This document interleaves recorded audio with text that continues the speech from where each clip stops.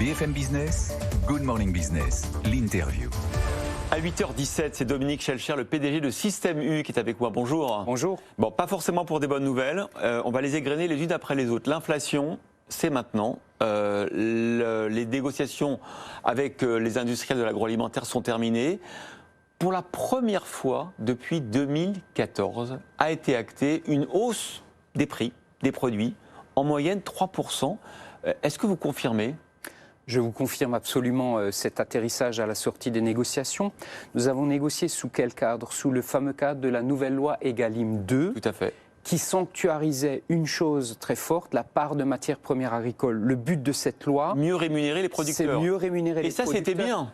Et l'objectif est atteint. C'est ça qui est important de dire ce matin. On pourrait se retrouver après ces négociations et dire, ben non, ça n'a pas fonctionné. Ça n'est pas le cas. Ouais. Le revenu des agriculteurs a été protégé. Ça va se retraduire dans le cours de la ferme. Et pour nous, c'était extrêmement, extrêmement important. Je sors de 3 jours du Salon de l'agriculture, on pourra en reparler. Et c'est fondamental pour eux. Oui, enfin, sauf que ça va se traduire aussi pour le consommateur par des hausses de prix. Oui, alors...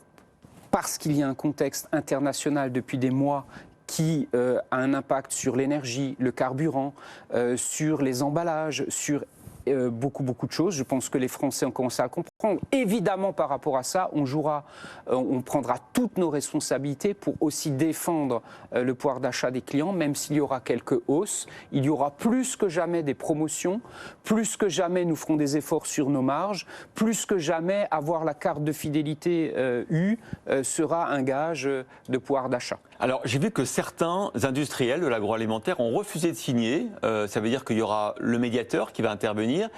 Ils ont refusé de signer parce qu'ils considéraient que vous n'avez pas le prix de leur le prix des produits des producteurs. Je vous confirme que nous-mêmes avons saisi le médiateur dans l'une ou l'autre situation. Elles sont chez nous en tout cas symboliques, mais elles sont en cours. La médiation est en cours. J'ai d'ailleurs eu le médiateur encore avant-hier soir pour essayer, voilà. Qui sont les industriels qui n'ont pas voulu signer ? Non, mais je ne vais pas citer de nom ce matin. Par contre, qu'est-ce qui s'est passé dans ces discussions-là ? Souvent, on s'est bien mis d'accord sur la part de matières premières agricoles, mais il y avait une hausse supplémentaire qui était demandée sur plein d'autres choses, et la discussion a porté là-dessus. Vous n'avez pas voulu suivre ces hausses de prix, mais eux... on les a suivis partiellement. Ils sont assis à votre place, parfois ils me disent, mais oui, mais nous, on n'a pas que les produits agricoles, on a aussi le transport, la logistique, l'emballage. Mais vous l'avez dit, quand c'est 3% en moyenne. Ouais. Chez certains fournisseurs, je pense au lait, c'est près du double. Dans les fruits, on a accepté des choses à 2 chiffres. Donc, on a essayé de faire la part des choses. Et parfois, en fonction de l'ensemble des critères qu'on avait sous les yeux, si c'était trop fort, c'est là qu'il y a eu discussion. Mais c'est normal. Ouais. Alors, des hausses des prix pour tenir compte effectivement de la juste rémunération des producteurs. Mais c'est peut-être pas les seules hausses des prix qu'on aura cette année. On a croisé au Salon de l'Agriculture, vous aviez, vous aussi, Christophe Piennoel, qui est le directeur général relations extérieures du groupe Lactalis, qui est un de vos fournisseurs justement. Écoutez ce qu'il dit sur les conséquences de la situation de la guerre en Ukraine sur les prix. Donc comment est-ce qu'on va nourrir les bêtes, combien ça coûtera dans les mois qui viennent, et puis bien évidemment sur l'énergie.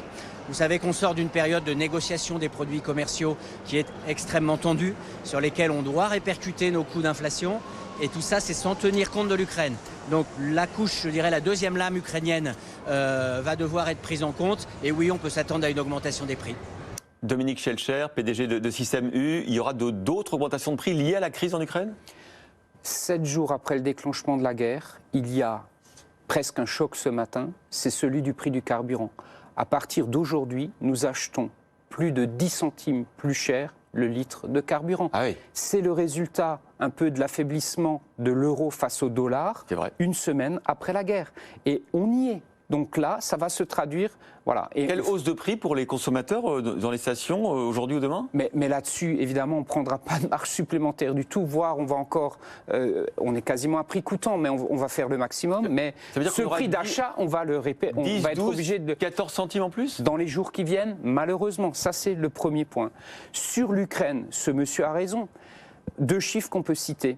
30% des exportations mondiales de blé proviennent de l'Ukraine et de la Russie. Deuxième chiffre, 75% des exportations mondiales d'huile de tournesol viennent d'Ukraine et de Russie. L'huile de tournesol rentre dans la production de très nombreux produits. Un exemple phare, la chips. On utilise beaucoup d'huile pour fabriquer la chips. Il y aura malheureusement des impacts dans les semaines qui viennent. Et je crois que le président de la République hier soir a prévenu les Français en grande responsabilité, mais la réalité est là. Bon, on va essayer de se projeter quand même dans un monde un peu optimiste. Vous sortez un livre justement qui s'appelle « Le bonheur est dans le prêt », au sens de à côté. Et c'est vrai que raccourcir les chaînes d'approvisionnement, fabriquer français, arrêter de faire des centaines de kilomètres pour importer, ou des milliers pour importer en avion des fraises de l'autre bout du monde, c'est peut-être la solution ? Mais bien sûr que c'est la solution. Vous savez, je sors de 3 jours du Salon de l'Agriculture. Plus que jamais, j'ai encore touché du doigt l'importance de la souveraineté alimentaire de la France. On est à l'heure des choix. Il y a tout ce dont on vient de parler pour le court terme. Si on ne prend pas les bons choix actuellement par rapport à cette chaîne alimentaire et particulièrement le maillon agricole, dans 10 ans, dans 15 ans, aux prochaines crises, on sera peut-être dépendant de volets importants de matières premières agricoles, comme nous le sommes aujourd'hui sur l'énergie ou le pétrole. Et il faut qu'on ait conscience de ça, qu'on accepte plus que jamais d'acheter français, de défendre ces producteurs-là. Et c'est ce que j'essaye d'expliquer dans le livre, absolument. Mais Dominique Schelcher, pardon, je vais être un peu brutal, mais c'est un peu un paradoxe que vous disiez ça, vous, les géants de la grande distribution, ou en tout cas, si vous le dites, ça veut dire que vous allez peut-être faire votre propre révolution. Souvent, on a trouvé en grande distribution des produits venus de l'autre bout du monde parce qu'ils étaient moins chers à n'importe quelle saison et parce qu'on ne faisait pas attention au coût carbone de nos achats. Je prends chez une autre part de responsabilité et encore, je pense que nous ne sommes pas ceux qui avons le plus joué ce jeu-là. Ouais. L'ADN de la proximité, c'est l'ADN de U. Le travail avec les producteurs de proximité où justement l'empreinte carbone est la plus faible, c'est ce qu'on fait depuis longtemps. Mais il faut accentuer ça. Moi, j'ai eu le choc de la crise sanitaire où on a vu cette chaîne alimentaire. Vous savez, la chaîne alimentaire est la force de son maillon le plus fragile. Ouais. Le plus fragile aujourd'hui, c'est le monde de la production agricole. Il faut le défendre. Pour nous, pour les Français, pour nos enfants, pour ne pas demain être dépendants comme nous le sommes sur le gaz, par exemple, aujourd'hui. On est en train de rentrer dans un nouveau monde. Oui, je crois. On voit ce choc pétrolier qui arrive. On avait un analyste tout à l'heure qui nous disait 150 $ le baril, c'est pour demain, sans doute 170, peut-être 200 très très vite. On consomme trop de pétrole, il n'y en a pas assez. En plus, il y a la crise, il y a la guerre. Il faut réinventer beaucoup de choses. Hein. Oui. Le bonheur est dans le prêt d'un côté, c'est le titre du livre, et je crois aussi, et on l'a vécu pendant la crise sanitaire, une formidable période de réinvention. Il y a déjà, vous savez, par exemple, on a besoin de gaz pour produire les engrais qui sont utilisés par les agriculteurs. Il y a déjà un premier industriel de cette activité-là qui dit « Attendez, moi je vais vous aider à produire des engrais avec de l'hydrogène. Ouais. » Eh bien, je suis optimiste, je vois le verre à moitié plein et je suis sûr qu'on fera preuve de plein d'imagination pour trouver des solutions, pour ensemble faire face à cette crise et à ce changement d'époque, c'est clair. Alors, il y a quelques jours, 2-3 jours, à votre place, il y avait Jean Covici, qui notamment que vous connaissez.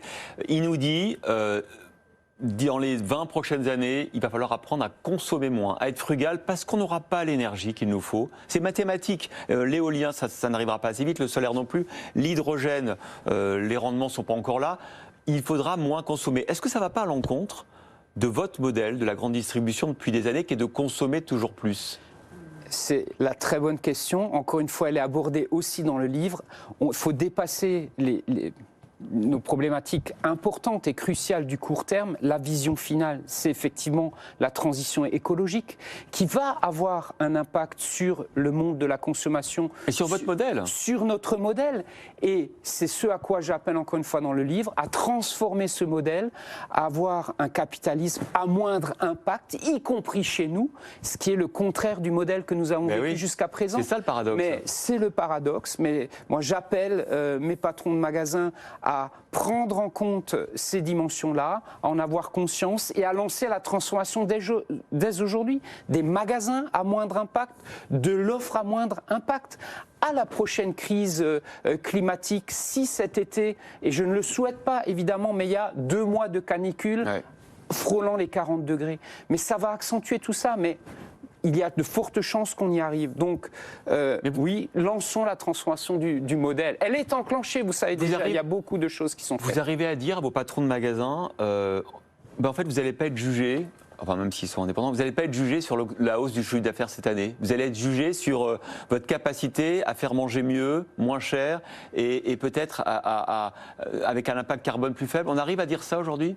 On commence à le dire et je suis persuadé que les critères économiques que nous avons aujourd'hui ne seront pas ceux de demain. C'est sûr. Et que le seul chiffre d'affaires, que le seul résultat ne suffira plus pour juger une entreprise, comme vous venez de le dire, mais qu'il y aura une note d'impact. Notamment parce que les clients vous jugeront sur l'impact. Mais absolument. Demain, les clients feront des choix d'entreprise en fonction de leur impact et choisiront des entreprises, des enseignes chez nous ou des marques en fonction de leur impact. C'est écrit. Même si à court terme, Dominique Schelcher, les Français ils vont aussi regarder le pouvoir d'achat. Ils vont aussi, surtout en cette période compliquée, il faudra payer son essence plus cher. Vous avez annoncé une hausse de 12 à 14 centimes au litre là aujourd'hui ce matin, immédiate. Les Français ils vont peut-être continuer à aller vers le moins cher, qui n'est pas forcément le moins impactant. On est d'accord et on prendra toutes nos responsabilités aussi pour les accompagner dans cette période-là.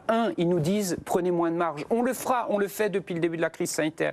Les promotions ne seront jamais aussi intéressantes que cette année. Je dis aux Français qui nous écoutent, soyez à l'affût et puis jouez la fidélité à une enseigne aussi. La carte de fidélité sera payante cette année. Donc on accompagnera les Français parce qu'on a conscience de ça. Mais pensons aussi au long terme.